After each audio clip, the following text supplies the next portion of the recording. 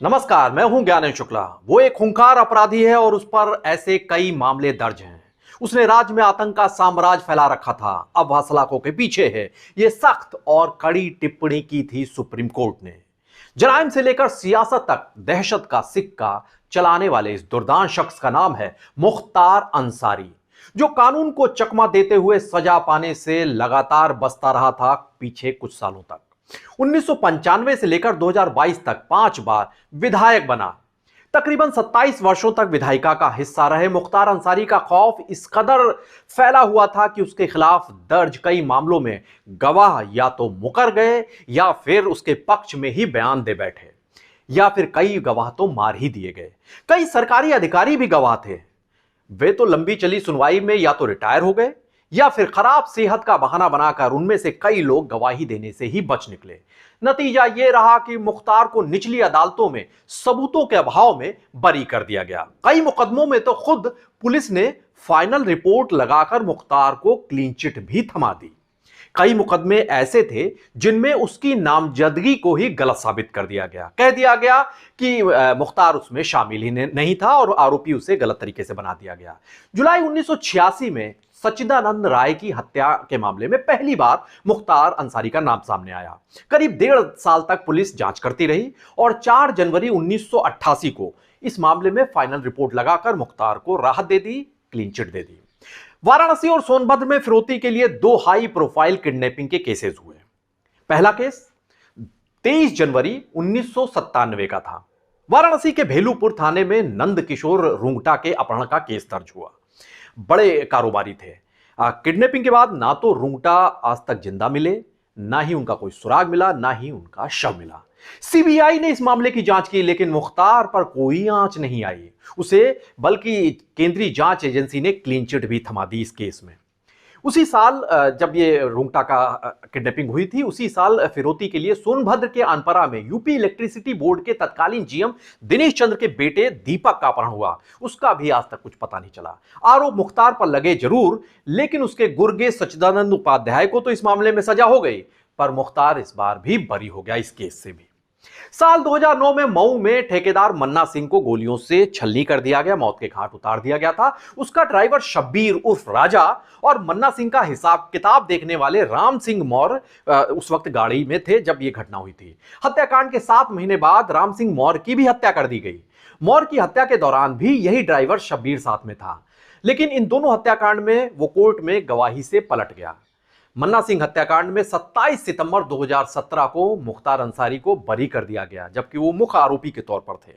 गाजीपुर के करंडा में 2009 में हुई कपिल देव सिंह की हत्या के मामले में भी मुख्तार 2 सितंबर 2011 को दोषमुक्त हो गया। कभी लखनऊ के हाई प्रोफाइल रहे जेल अधीक्षक आर.के. तिवारी हत्याकांड, इस मामले में भी मुख्तार का नाम मुख्य आरोपी के तौर पर तो सामने आया, लेकिन कानून के शिकंजे से आजाद होने में इसे कामयाबी मिल गई। नवंबर 2009 में मोहम्मदाबाद के मीर हसन पर जानलेवा हमला हुआ। उसे जेल जाकर मुख्तार से मिलने का फरमान सुनाया गया और यह सुनाते हुए उसे गोली मार दी गई। इस मामले में जो मुख्य आरोपी था, गोली चलाने वाला जिस पर आरोप लगा था सोनू यादव, वो अदालत से बरी हो गया। जब वो बरी हो गया तो संदेह का लाभ देकर मुख्तार को भी बरी कर दिया गया। 2005 के बहुचर्चित बीजेपी विधायक कृष्णानंद राय की हत्याकांड का जो मामला था, मुख्य गवाह शशिकांत राय, उसे भी मौत के घाट उतार दिया गया। उसके बाद इस केस को कमजोर करने की साजिश रची गई थी, लेकिन इस मामले में सजा हो गई मुख्तार अंसारी को। हालांकि बदले सियासी दौर में और यूपी में योगी राज कायम होने के बाद इस दुर्दांत के दिन लद गए। 15 दिसंबर 2022 को गैंगस्टर एक्ट में गाजीपुर एमपी एमएलए कोर्ट ने मुख्तार अंसारी को पहली सजा सुनाई। तब इसे 10 साल के सश्रम कारावास का इसको दी गई और 5 लाख रुपए का जुर्माना भी लगाया गया मुख्तार अंसारी पर। अब तक इसे 8 केसेस में इसे सजा सुनाई जा चुकी है मुख्तार अंसारी को। बुधवार का दिन भी इस माफिया पर भारी पड़ा। फिर से इस दुर्दांत पर कानून का शिकंजा कसा, इसे 8वें केस में भी सजा दे दी गई है। वाराणसी की एमपी एमएलए कोर्ट ने 36 साल पुराने फर्जी लाइसेंस केस में मुख्तार को दोषी करार देते हुए उम्र कैद की सजा सुनाई। इस केस में जो ये पूरा मामला था, इस केस में पूर्व मुख्य सचिव उत्तर प्रदेश के हुआ करते थे आलोक रंजन और पूर्व डीजीपी थे देवराज नागर। उन्हें भी 10 गवाहों की लिस्ट में शामिल किया गया। आज जो है अदालत ने मुख्तार अंसारी को 420 में 7 वर्ष की सजा सुनाई है और 50,000 जुर्माना अदा करने के लिए कहा है, और यदि जुर्माना नहीं अदा करते तो 3 माह की अतिरिक्त सजा सुनाई जाएगी। 467 में ताजिराते हिंद आईपीसी के तहत आजीवन कारावास की सजा सुनाई गई है और 1 लाख जुर्माना भी लगाया गया है। यदि जुर्माना अदा नहीं करते हैं तो 6 माह की सजा और भुगतनी पड़ेगी। इसी प्रकार 468 में 7 वर्ष की सजा सुनाई गई है, 50,000 जुर्माना अदा करने के लिए कहा गया। यदि नहीं अदा करते हैं तो 3 माह की सजा उनको और भुगतनी पड़ेगी। इसी प्रकार 30 आर्म्स एक्ट में 6 माह की सजा और 2,000 रुपया जुर्माना अदा करने के लिए कोर्ट ने कहा है। यदि जुर्माना अदा नहीं करते तो 1 सप्ताह और सजा भुगतनी पड़ेगी। इस प्रकार इन 1, 2, 3, 4 धाराओं में उनको मैक्सिमम आजीवन कारावास की सजा सुनाई गई है।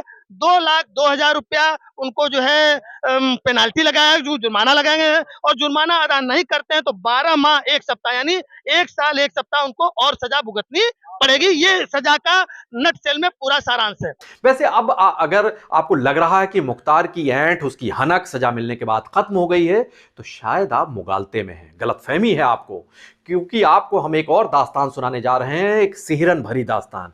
बीते साल 10 जुलाई का ये मामला है। आजमगढ़ की जिला अदालत में हत्या के एक मामले में सुनवाई हो रही थी, जिसमें मुख्तार अंसारी मुख्य आरोपी था। बांदा जेल में मुख्तार अंसारी बंद था, तो उस वक्त ऑनलाइन पेशी से उसको जुड़ना था। कोर्ट में वीडियो कॉन्फ्रेंसिंग के दौरान जैसे ही इस मामले में प्रक्रिया शुरू हुई, सुनवाई शुरू हुई, गवाही होनी शुरू हुई, तो मुख्तार अंसारी ने वीडियो कॉन्फ्रेंसिंग में अदालत के बीच में ही अपने वकील से कहा कि ये लोग जो गवाही दे रहे हैं, जरा उनमें से उनकी एक फोटो भेजिए। अदालत में मिली इस धमकी के बाद गवाह, जाहिर सी बात है, बुरी तरह डर गया। उसके बाद उसके वकील ने आजमगढ़ पुलिस को सूचना दी, इत्तला दी, जिस पर गैंगस्टर मुख्तार अंसारी के खिलाफ आरोपी जो ये गवाह है इस मामले में, उसे धमकी देने, अदालती कार्य में बाधा डालने, गवाह को धमकाने समेत कई जो गंभीर धाराएं हैं, उसके तहत इस पर मुकदमा दर्ज किया गया। बहरहाल माफिया मुख्तार अंसारी और उसके जराइम के कारनामों की फहरिस्त बहुत लंबी है। इसके काले कारनामों और इसके गुर्गों और इसके दहशत के साम्राज्य के किस्से अगले एपिसोड में जल्द आपको सुनाएंगे। तब तक दीजिए हमें इजाजत। नमस्कार।